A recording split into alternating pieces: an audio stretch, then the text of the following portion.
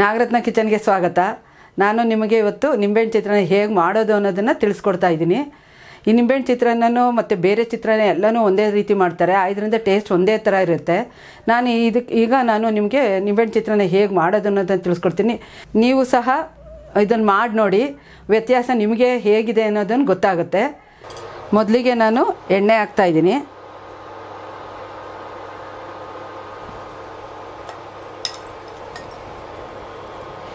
ಎಣ್ಣೆ ಸ್ವಲ್ಪ ಕಾಯಿಲಿ.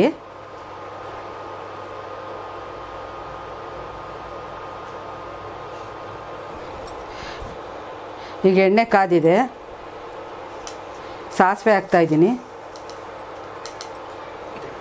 ಎಣ್ಣೆ ಕಾದಾದಾಗಲೇ ಸಾಸಿವೆ ಹಾಕಬೇಕು. ಅದಕ್ಕೆ ಮುಂಚೆ ಸಾಸಿವೆ ಹಾಕಿದ್ರೆ ಅದು ಸಿಡಿಯೋದು ಇಲ್ಲ, ಮತ್ತು ಅದು ಫ್ಲೇವರು ಬರೋಲ್ಲ, ಮತ್ತು ಕಹಿ ಹೊಡಿತಾ ಇರುತ್ತೆ ಅದ್ರ ಚಿತ್ರಾನ್ನ ಜೊತೆ ತಿನ್ನುವಾಗ. ಅದರಿಂದ ಹಿಂಗೆ ಕಾದ್ಮೇಲೆ ಚಿಟ ಅನ್ನತ್ತೆ.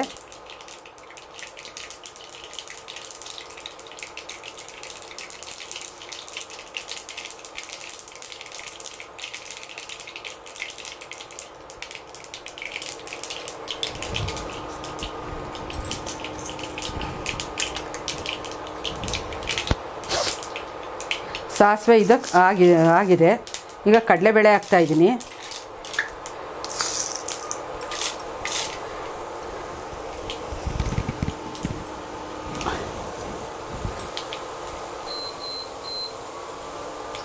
ಮತ್ತು ಉದ್ದಿನಬೇಳೆ ಹಾಕ್ತಾಯಿದ್ದೀನಿ.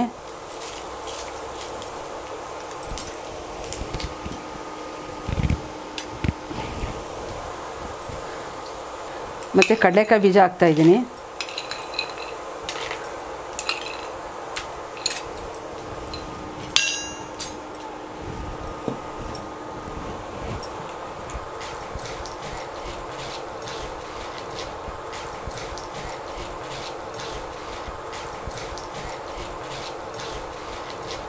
ಈಗ ಹಸಿಮೆಣ್ಸಿನ್ಕಾಯಿ ಹಾಕ್ತಾಯಿದ್ದೀನಿ. ಉದ್ದುದ್ದಕ್ಕೆ ಹೆಚ್ಕೊಂಡಿದ್ದೀನಿ, ಯಾಕೆಂದರೆ ಕೆಲವ್ರಿಗೆ ಹಸಿಮೆಣ್ಸಿನ್ಕಾಯಿನ ಜೊತೇಲಿ ತಿನ್ನೋಕ್ಕೆ ಇಷ್ಟಪಡಲ್ಲ. ಇದರಿಂದ ಉದ್ದುದ್ದಕ್ಕೆ ಹೆಚ್ಕೊಂಡಾಗ ಅದನ್ನು ತೆಗೆದಾಕ್ಬಿಟ್ಟು ತಿಂತಾರೆ. ಮತ್ತು ಉದ್ದಿನಬೇಳೆ ಸ್ವಲ್ಪ ಹಾಕಿ, ಕಡಲೆಬೇಳೆ ಮತ್ತು ಕಡಲೆಕಾಯಿ ಬೀಜ ನಿಮಗೆ ಎಷ್ಟು ಇಷ್ಟ ಆಗುತ್ತೋ ಅಷ್ಟನ್ನು ಹಾಕ್ಕೊಳ್ಳಿ. ಈ ಉದ್ದಿನಬೇಳೆ ಘಮ ಬರಲಿ ಅಂತಂದ್ಬಿಟ್ಟು ಸ್ವಲ್ಪ ಹಾಕಿದ್ದೀನಿ. ಮತ್ತು ಉದ್ದಿನಬೇಳೆನ ಆಗಾಗ್ಗೆ ಉಪಯೋಗಿಸೋದ್ರಿಂದ ಸೊಂಟ ಗಟ್ಟಿಯಾಗಿರುತ್ತೆ. ಈ ರೀತಿ ನಮಗೆ ಗೊತ್ತಿಲ್ಲದಾಗೆ ಉದ್ದಿನಬೇಳೆ ಬಳಸ್ತಾ ಹೋದರೆ ನಮ್ಮ ಆರೋಗ್ಯನೂ ಚೆನ್ನಾಗಿರುತ್ತೆ. ಎಲ್ಲದರಲ್ಲೂ ಒಂದೊಂದು ಅಂಶ ಇರುತ್ತೆ, ಇದರಿಂದ ಎಲ್ಲ ಅಂಶನೂ ಸೇರುತ್ತೆ. ಮತ್ತು ಈಗ ನಾನು ಒಣಮೆಣ್ಸಿನ್ಕಾಯಿ ಹಾಕ್ತಾಯಿದ್ದೀನಿ, ಒಂದೆರಡು.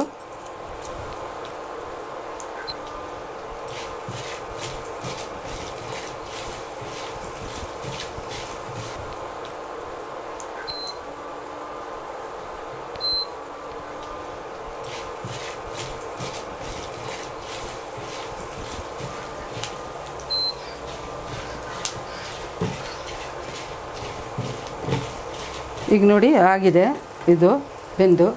ಮತ್ತು ಈಗ ಕರಿಬೇವು ಸೊಪ್ಪು ಹಾಕ್ತಾಯಿದ್ದೀನಿ. ಮೊದಲೇ ಕರಿಬೇವು ಸೊಪ್ಪು ಹಾಕ್ಬಿಟ್ರೆ ಏನಾಗುತ್ತೆ ಅಂತಂದರೆ ಎಲ್ಲ ಬಾಡೋದಾಗುತ್ತೆ. ಈಗ ಹಾಕಿದ್ರೆ ಸ್ವಲ್ಪ ಹಸಿಯಾಗಿರುತ್ತೆ, ತಿನ್ನೋಕ್ಕೂ ಚೆನ್ನಾಗಿರುತ್ತೆ.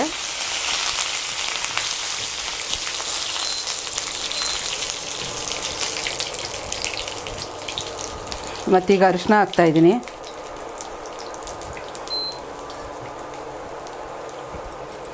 ಕೆಲವರು ಅರಿಶಿನ ಹಾಕಲ್ಲ ಚಿತ್ರಾನ್ನಕ್ಕೆ. ಅರಿಶಿನ ಹಾಕೋದ್ರಿಂದ ಆ್ಯಂಟಿಬಯೋಟಿಕ್ ಅಂಶ ಇರೋದ್ರಿಂದ ಕ್ರಿಮಿಗಳು ಸಾಯುತ್ತೆ, ಇದರಿಂದ ಅರಿಶಿನ ಹಾಕ್ಕೊಳ್ಳಿ. ಮತ್ತು ಕಾಯಿ ತುರಿ ಹಾಕ್ತಾಯಿದ್ದೀನಿ. ಕಾಯಿ ತುರಿ ಆಪ್ಷನಲ್ಲಿ ನಿಮ್ಗೆ ಬೇಕು ಅಂದರೆ ಹಾಕ್ಕೊಳ್ಳಿ, ಆದರೆ ರುಚಿ ಹೆಚ್ಚು ಕೊಡುತ್ತೆ. ಕಾಯಿ ತುರಿ ಹಾಕೋದ್ರಿಂದ ರುಚಿ ಹೆಚ್ಚಿಸುತ್ತೆ.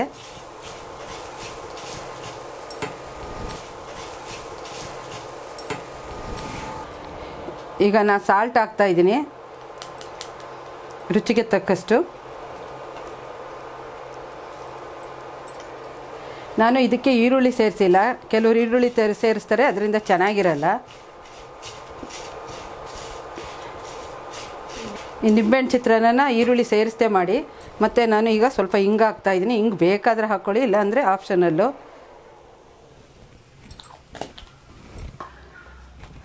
ಮತ್ತು ಇದೆಲ್ಲ ಸ್ಟವ್ ಆಫ್ ಮಾಡಾದಮೇಲೆ ನೀವು ನಿಂಬೆಹಣ್ಣು ಹಿಂಡಬೇಕು. ಇಲ್ಲ ಅಂತಂದರೆ ಮೊದಲೇ ಹಿಂಡೋದ್ರಿಂದ ಕಹಿ ಬಂದುಬಿಡುತ್ತೆ. ಈಗ ನಾನು ಈ ನಿಂಬೆಹಣ್ಣು ಹಿಂಡ್ತಾ ಇದ್ದೀನಿ.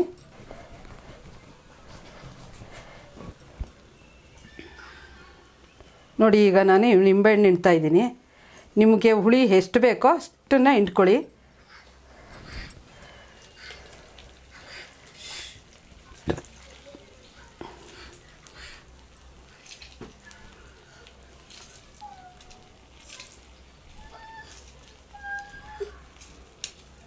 ನಿಂಬೆಹಣ್ಣು ರಸ ಆದಮೇಲೆ ಎಲ್ಲನೂ ಮಿಕ್ಸ್ ಮಾಡ್ಕೊಳ್ಳಿ. ಇದು ಮಿಕ್ಸ್ ಮಾಡ್ಕೊಂಡಾದಮೇಲೆ ಅನ್ನನ ಹಾಕಿ, ಅದಕ್ಕೆ ಎಷ್ಟು ಇಡ್ಸುತ್ತೋ ಅಷ್ಟು ಅನ್ನ ಉದುರಾಗಿರಲಿ. ಅನ್ನ ಉದುರಾಗಿದ್ದರೆ ಚೆನ್ನಾಗಿ ನೋಡಿ, ಹೀಗೆ ಉದುರಾಗಿರಬೇಕು.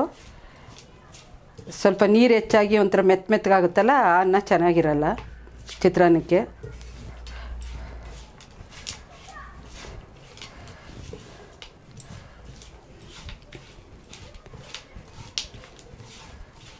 ಕೊನೆಯಲ್ಲಿ ಕೊತ್ತಂಬರಿ ಸೊಪ್ಪು ಹಾಕಿ ಮಿಕ್ಸ್ ಮಾಡ್ಕೊಳ್ಳಿ.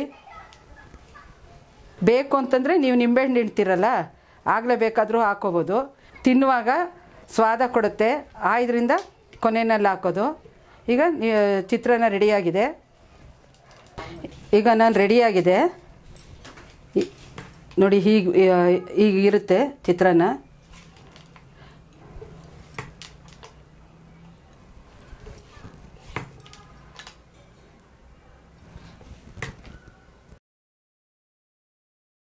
ನಿಂಬೆಹುಳಿ ಚಿತ್ರಾನ್ನ ರೆಡಿಯಾಗಿದೆ. ನೀವು ಇದೇ ರೀತಿ ಮಾಡಿ ನೋಡಿ. ಈರುಳ್ಳಿನ ಯಾವುದೇ ಕಾರಣಕ್ಕೂ ಸೇರಿಸ್ಬೇಡಿ ಇದಕ್ಕೆ. ಈಗ ನಾವು ಮಾಡಿರೋ ರೀತಿ ಮಾಡಿ ಹೇಗಿದೆ ಅಂತಂದ್ಬಿಟ್ಟು ಕಾಮೆಂಟ್ ಮೂಲಕ ನಿಮ್ಮ ಅನಿಸಿಕೆಯನ್ನು ತಿಳಿಸಿ. ನಾಗರತ್ನ ಕಿಚನ್ಗೆ ನೀವೇನಾದರೂ ಸಬ್ಸ್ಕ್ರೈಬ್ ಆಗಿರದಿದ್ದಲ್ಲಿ ತಪ್ಪದೇ ಕೆಳಗೆ ಕಾಣುವ ರೆಡ್ ಕಲರ್ ಬಟನ್ನನ್ನು ಒತ್ತಿ ಸಬ್ಸ್ಕ್ರೈಬ್ ಮಾಡಿಕೊಳ್ಳಿ. ಪಕ್ಕದಲ್ಲೇ ಬರುವ ಬೆಲ್ ಐಕಾನ್ ಒತ್ತಿ ಅದರಲ್ಲಿ ಆಲ್ ನೋಟಿಫಿಕೇಶನ್ ಸೆಲೆಕ್ಟ್ ಮಾಡಿಕೊಳ್ಳಿ. ಇದರಿಂದ ನಾವು ಅಪ್ಲೋಡ್ ಮಾಡುವ ಹೊಸ ಅಡುಗೆ ನಿಮ್ಮನ್ನು ನೇರವಾಗಿ ಬಂದು ತಲುಪುತ್ತದೆ. ಇದಕ್ಕೆ ಯಾವುದೇ ರೀತಿಯ ಹಣ ನಿಮ್ಮಿಂದ ಕಟ್ಟಾಗುವುದಿಲ್ಲ. ಹಾಗೆ ಅಡುಗೆ ಇಷ್ಟವಾದಲ್ಲಿ ನಿಮ್ಮ ಸ್ನೇಹಿತರಿಗೆ ಶೇರ್ ಮಾಡಿ ಹಾಗೂ ಲೈಕ್ ಕೊಟ್ಟು ಪ್ರೋತ್ಸಾಹಿಸಿ. ನಾನು ನಿಮ್ಮನ್ನು ಹೊಸ ಅಡುಗೆಯೊಂದಿಗೆ ಮತ್ತೊಮ್ಮೆ ಭೇಟಿಯಾಗುತ್ತೇನೆ. ನಮಸ್ಕಾರ.